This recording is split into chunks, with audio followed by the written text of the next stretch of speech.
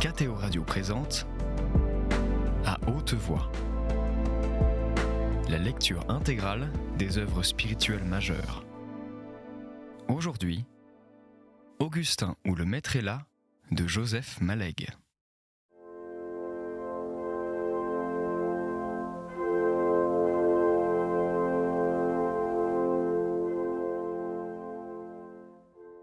Une jeune femme se détacha du groupe des faneuses. « Ah !»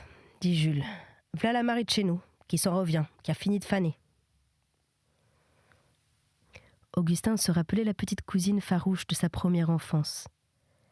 Elle s'était, le soir de l'arrivée, jetée sur Jacqueline d'une tendresse avide, calmant ses pleurs, l'emportant jusqu'à sa chambre dans le berceau de ses bras. Ils entendirent sa voix fraîche, posée, très maîtresse d'elle. Les rires et les cris eux-mêmes, quand ils venaient, et sans doute ils ne manquaient pas, ne devaient guère dépasser certaines bornes dont elle savait la place. Tout en marchant, elle se nouait sous le menton un mouchoir à carreaux blancs et bleus, posé sur ses cheveux de rose mousseuse. Elle dit « Ils n'ont plus besoin de moi, ou ils ont assez en avance sans moi », ou telle autre phrase de sens voisin qu'Augustin perdit vite, tout à l'étonnement de n'avoir pas, depuis le premier soir, revu la Marie de chez nous. Elle avait pris son râteau et le tenait d'un balancement juste, harmonieux, équilibré. Pendant qu'elle marchait, il aurait été facile à Augustin de dessiner par la pensée les belles lignes de ses jambes, pour peu qu'il eût osé s'y arrêter. Elle regardait droit et un peu loin, d'un regard raisonnable, aussi posé que sa voix, avec deux yeux précis, sans rêve, qui n'avaient aucune raison de se baisser. Elle était haute, légèrement plus grande qu'Augustin. Elle éprouvait, pendant qu'elle parlait au cousin Jules, une sorte de timidité chaude avec un certain pressentiment d'avenir doré, peu soucieux de précision, et qui ressemblait à un sourd bonheur. Son œil fixait tantôt une casaque bise sans aucun accessoire, pièces de toile à coups de ciseaux, tantôt des bas de coton gros bleu, tantôt de petits sabots couleur de fumier, aigus, massifs et délicats, tantôt d'autres choses qui n'avaient rien à voir avec elle, comme le char de regain ou la machine faneuse. Il se permettait aussi de rares coups d'œil discrets, d'une tremblante indifférence, se donnant pour prétexte une attitude d'esprit critique, froide et discriminatrice. Il se surprit cherchant quelque dissemblance, dans une évidente parenté, séparait d'une statue célèbre cette petite tête ronde et pure qui eût si bien pu paraître classiquement belle et l'ignorait. Ces associations ne l'écrasaient pas et ne l'exprimaient qu'à peine. Elle eût rejeté d'une mésestime étonnée cette similitude cachée dans la profonde inconscience de sa vie physique, et que ses beaux traits avouaient tout seuls. Il est vrai que bien d'autres choses en elle, et les meilleures parties de son âme, méritaient l'attention des hommes dans leur grâce charmante et tue.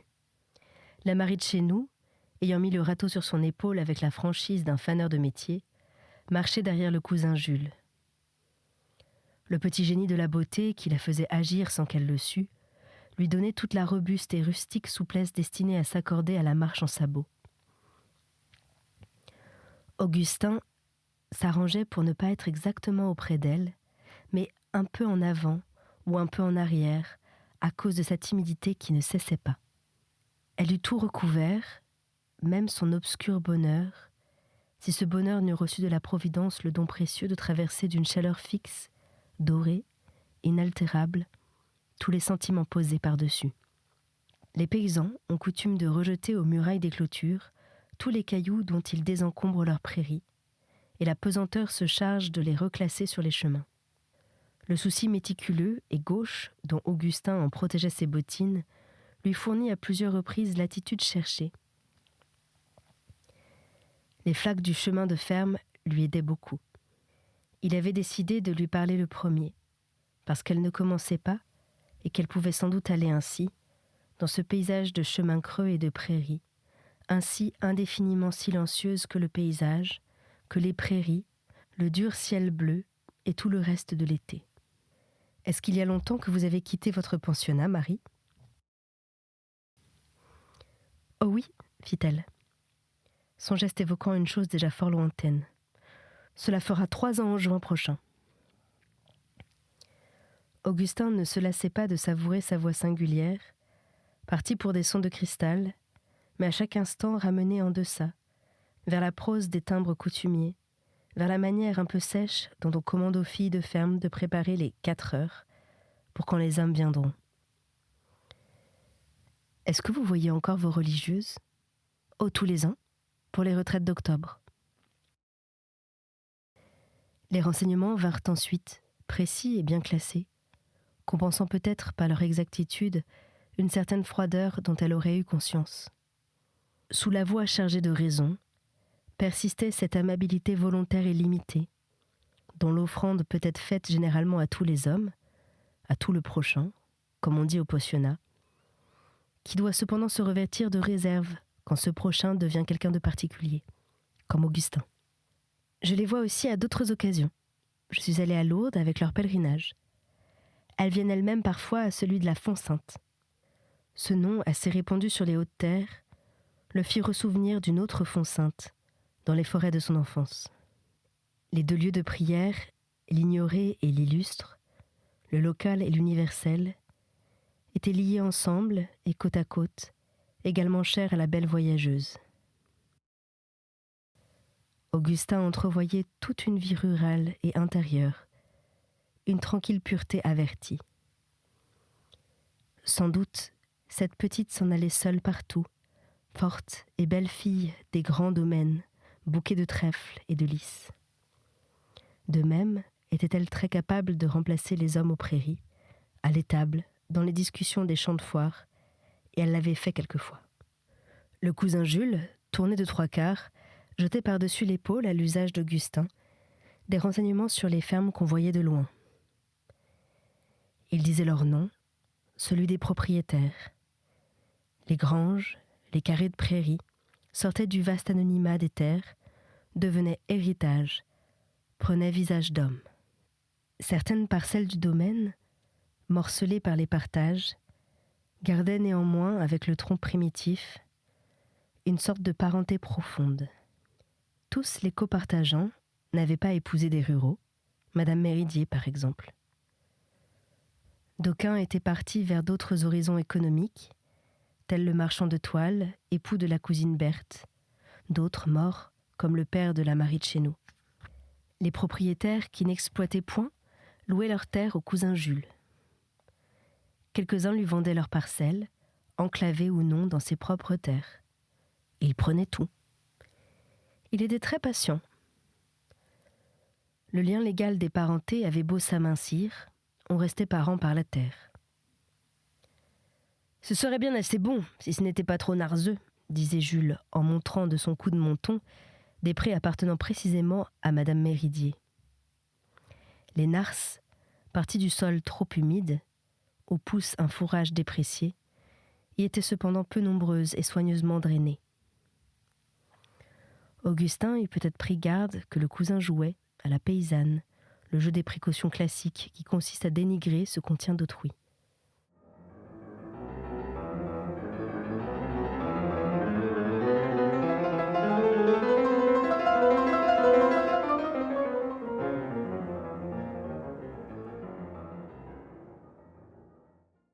Mais son incompétence lui interdisait toute critique, et il regardait Marie.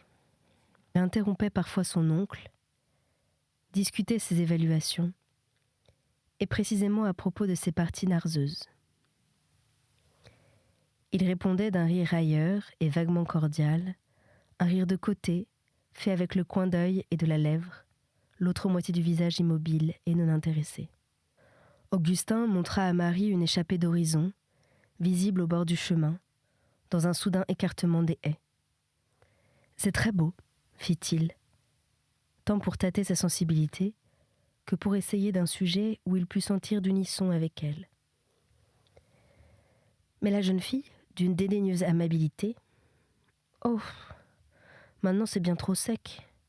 Le vraiment beau, c'est dans une autre saison, quand on sort de l'hiver, à la fin de mars. » Elle prononçait marre. La terre est couverte de neige molle, elle colle à vos sabots. Au premier coup de soleil chaud, tout fond. L'herbe nouvelle sort sous les flaques de neige, si vite qu'elles ont à peine le temps de fondre. Les rigoles ruissellent d'eau de neige. Les bêtes qu'on sort des étables sentent le printemps, elles gambadent. On ne peut pas les tenir. Devant vous s'éclaire dans le ciel jusqu'aux Cévennes. Beau, fertilité, se mêlait en cette géorgique. La beauté pure n'eût pas été saisie par cette sensibilité à la fois dure et ardente.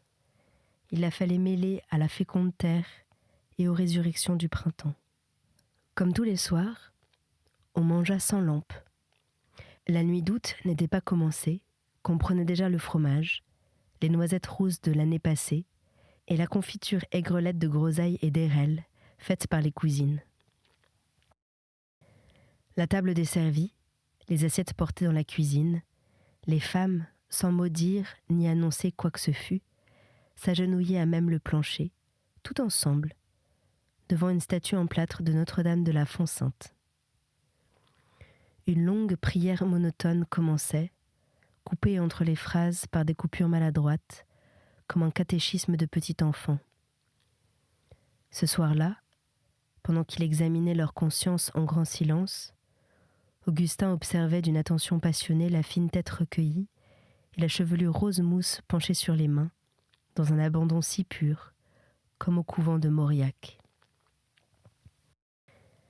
Un moment arrivait où, sans que la prière fût terminée, on sentait venir la fin. La partie latine était dite. Le cousin Jules, un genou effleurant le coin de sa chaise, indication suffisamment symbolique d'un agenouillement plus complet, tirait sa grosse montre d'argent et la montait méticuleusement.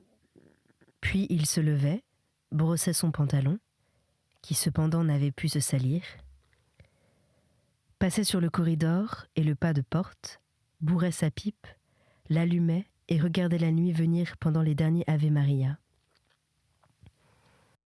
Sur cette terrasse, d'où il dominait un paysage infini, allant des premiers frênes au croissant de lune, il faisait, dans sa manière taciturne, une déclaration d'amour à la terre. L'odeur d'air froid et de prairie s'humanisait d'un parfum de tabac dont il était le centre. En cherchant bien, on eût découvert dans l'ouest de sombres traces roses éteints, d'un coucher de soleil qui n'en finissait plus. À l'intérieur, l'Angélus achevé, avec la rallonge du Souvenez-vous et la queue des autres prières, Madame Méridier menait coucher Jacqueline. La petite, s'étant prise d'affection pour Marie, refusait de se coucher sans elle, et la grande jeune fille, en une tendresse de sœur aînée, la portait dans ses bras comme au premier soir. Monsieur Méridier aussi se couchait tôt. Il aimait fumer sa cigarette de sa fenêtre au premier étage, en face du crépuscule. Les autres enfants montaient aussi. Le reste de l'assistance s'écoulait peu à peu jusqu'auprès du cousin Jules. On s'asseyait sur le banc, sur des bottes de paille adossées à la grange, sur des chaises à portée du dedans. Et l'on restait là, dans la somnolence de la nuit naissante. De rares paroles suffisaient à alimenter leur entretien, simple trop-plein de leur rêverie, sorte d'écume sur leurs pensées. Les domestiques passaient un à un, d'un grand pas dégingandés, pour se retirer du côté des étables, sous les soupentes des granges. Ils disaient « Bonsoir à la compagnie ». On leur répondait « Bonsoir Pierre » ou « Bonsoir Jacounet ». Et tous se taisaient de nouveau.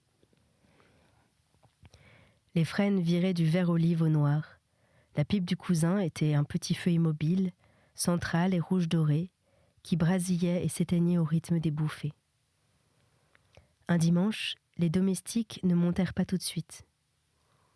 On trouve parfois dans le personnel des fermes des musiciens ambulants, autrefois vieilleux, ou cabretaires, accordéonistes maintenant. L'hiver, ils vont de noces et marchent premiers. L'été, ils se louent sur les domaines. Celui d'ici, portant son instrument sur le seuil de la grange, en tira un air paysan, danseur, narquois, simplet, comme un vers de Piquette, l'air bien connu de tous les Cantalais. Mais le texte sonna pour Augustin comme une langue étrangère. Yoneshi Saon, mamio macatri, cossi farens, quand nous maridarens. Protectrice, la cousine Berthe expliqua à mi-voix, transposant à la troisième personne. Il n'a que 5 sous, Samy n'en a que 4. Comment feront-ils quand ils se marieront ? Mais lui sentait une sorte de joie angoissée, de gêne, de timidité heureuse dont Marie était le cœur. La conversation se trouva lancée sur le mariage. La cousine Noël dit « Quand la Marie de chez nous sera pour s'en aller... » Ce fut un coup droit dans sa poitrine. La région touchée resta sensible dans les minutes qui suivirent. La jeune fille était près de son oncle, la tête penchée en avant, l'air concentré, blotti et abandonné à la fois, les bras allongés l'un contre l'autre et serrés entre les genoux. Depuis les fines petites galoches vernies qui remplaçaient les sabots, jusqu'à l'extrémité des brunes et longues mains, tout son corps, au repos, se disposait pour une grâce inemployée, une souple force calmée, la docilité on ne savait à quoi. Augustin fixait avec ténacité dans sa direction quelque chose au-delà d'elle, les bottes de paille dans l'angle lointain de la grange, là où l'homme avait chanté. Ainsi, il ne perdait rien d'elle, sans paraître la regarder exprès. La belle forme rêveuse et reposée existait dans son voisinage, mais hors de lui, sans rien lui demander, sans en rien attendre, multipliant par cette indifférence son aigu et son douloureux attrait. Serait-elle plus étrangère que maintenant, quand elle serait pour s'en aller ?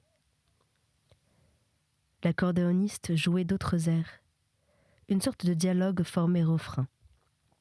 « Bonjour ma maîtresse, bonjour mon galant ». Augustin se sentait sur lui-même d'une lucidité singulière mêlée de romanesque, de renoncement et de désir, se figurant engagé dans une poursuite vaine où la fugitive échappait d'une dédaigneuse aisance, tandis que lui-même s'épuisait avec sourire et désespoir. Ses analyses traversaient et jaugeaient ses lyrismes. Ne nourrissait-il pas sous une autre forme un rêve identique et chaque fois renouvelé ? Aujourd'hui, c'était Marie. Antérieurement, il ne pouvait dire oui du côté des Sablons. Coextensif à sa vie, trait de son caractère ou de son âge, il ne savait. Il penchait pour le second. Marie avivait aujourd'hui ce rêve d'une douleur contingente et délicieuse.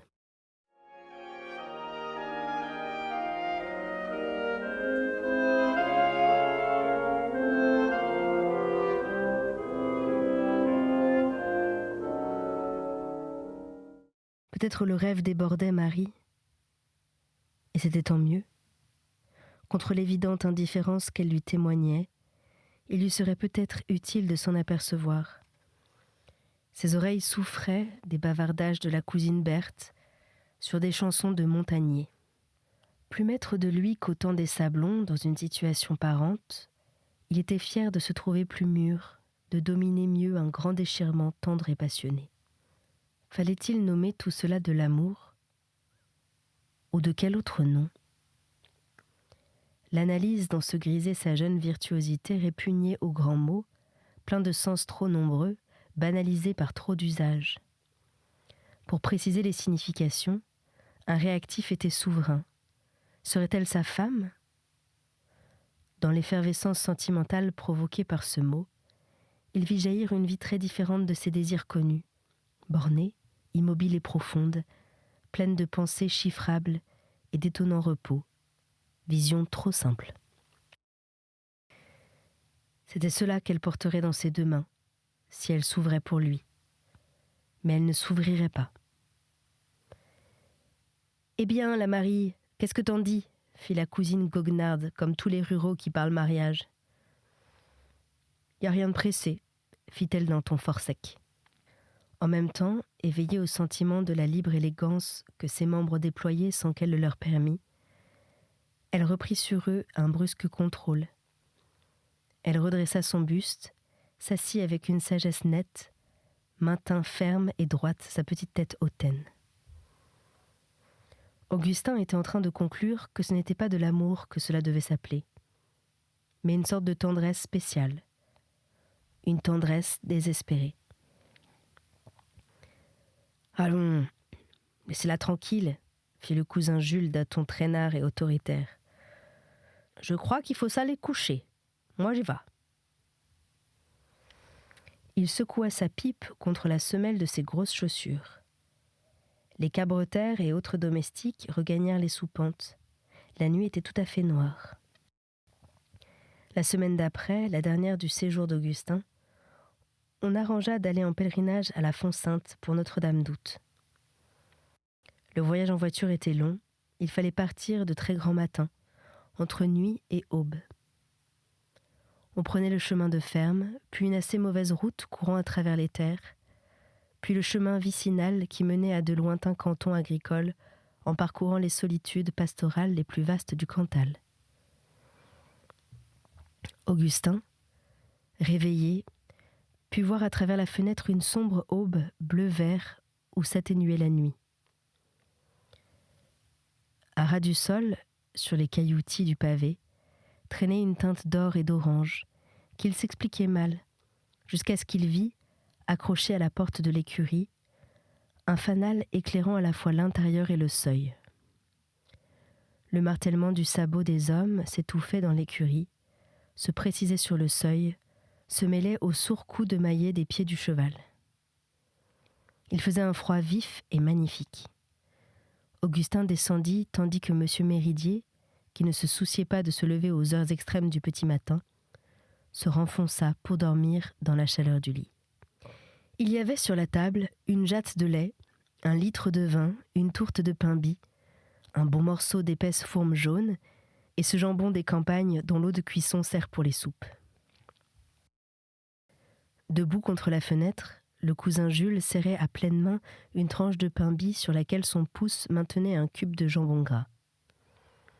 Il le coupait d'un couteau précis avant de le loger dans l'enveloppante amplitude de sa bouche.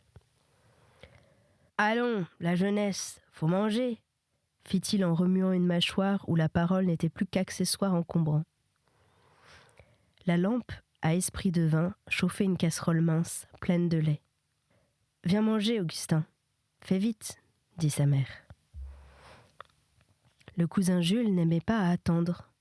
Ayant bu un rouge-bord et essuyé ses moustaches du dos de sa main terreuse, il sortait déjà la voiture. La cousine Noël questionnait Marie. Si le gigot y était, et le salé et les œufs et le vin, la tome, et la brioche et le sucre et tout. Elles portaient toutes deux un foulard noir sur un chapeau de paille au ruban noir, le tout d'une rusticité assez pauvre.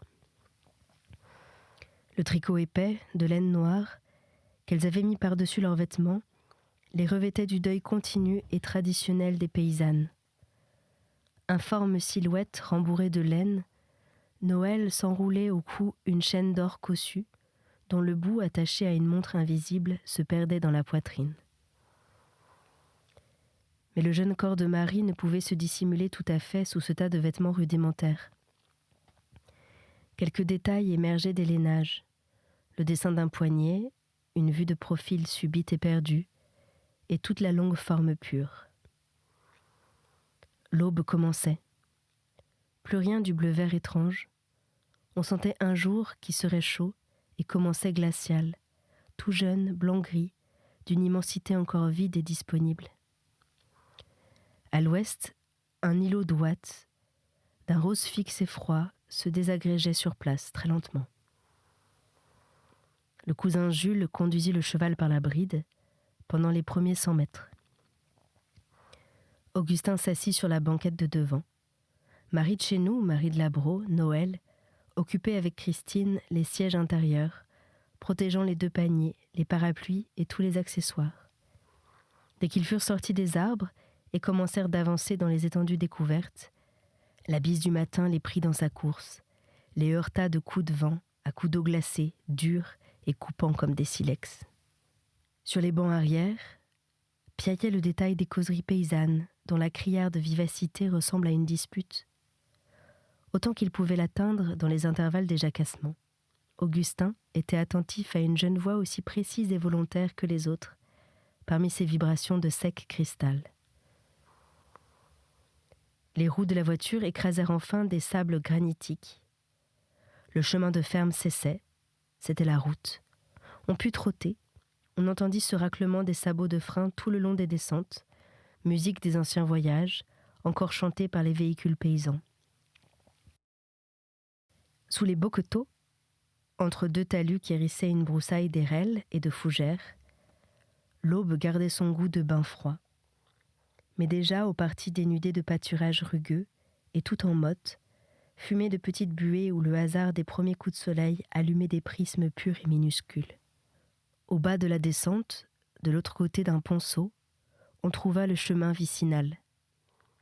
Il montait une douce, interminable côte menant à ces hautes plaines d'herbage appelées montagnes, où de mai à octobre broutent les troupeaux. Le cousin Jules commanda « Faut descendre, faut soulager le cheval ».